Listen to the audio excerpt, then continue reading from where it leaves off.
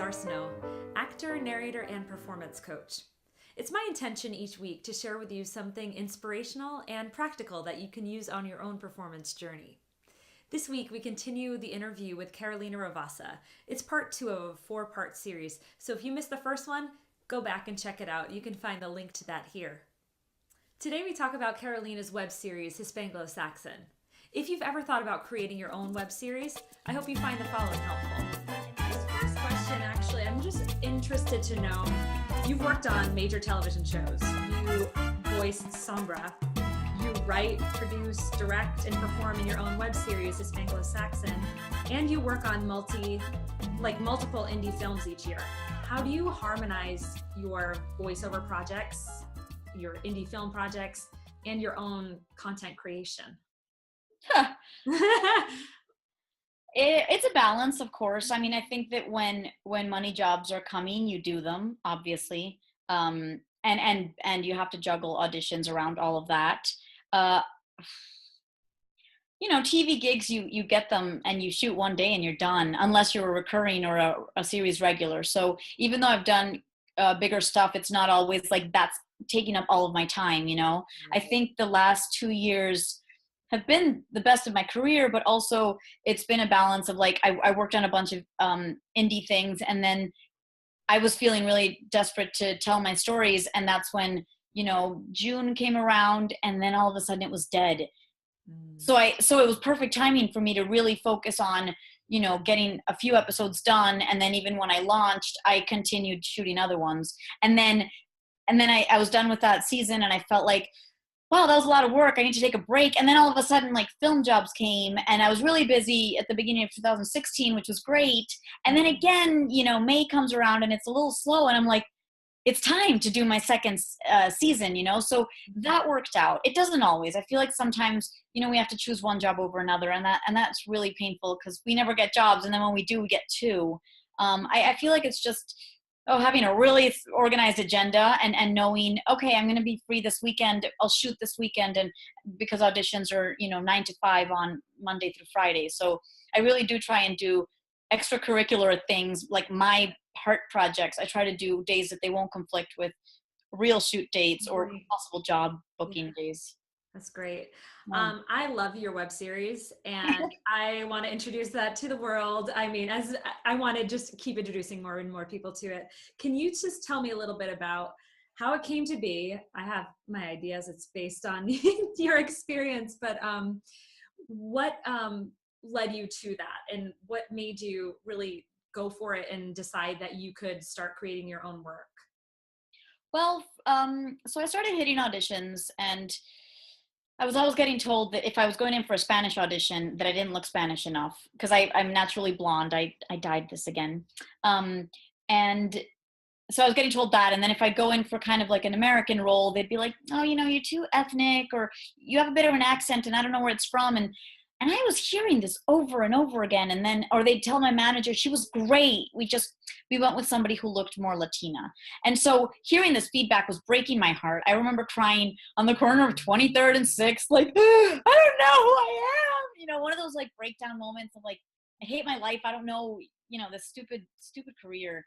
So I had written a short film about some of the ideas that are in HISPANGLOSAXON, and I kept trying to produce it with friends acting the other roles, and I had all these location changes, and the more I thought about it, the more it got really complicated.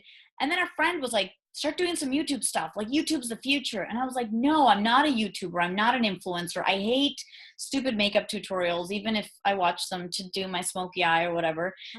I'm not that person who's gonna be like, hey guys, what's up? No.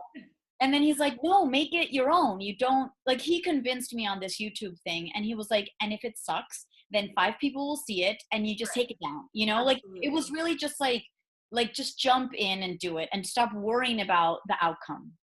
So I played around with my iPhone in this living room with natural sunlight. And I did a mock, trial. And I was like, oh, this kind of works. And so then I reshot it and edited it really tightly.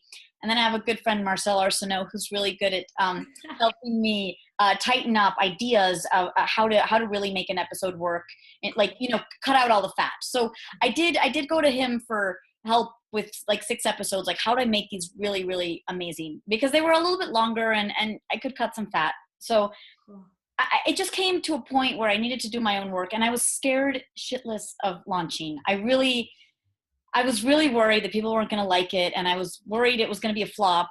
But then something said, I need to hit go and do it. And if people don't like it, well, whatever, either I take it down, or it was just one of those things where we have to stop being scared of stuff we do, because we're the only ones to blame, because we're the ones who created it. Yeah.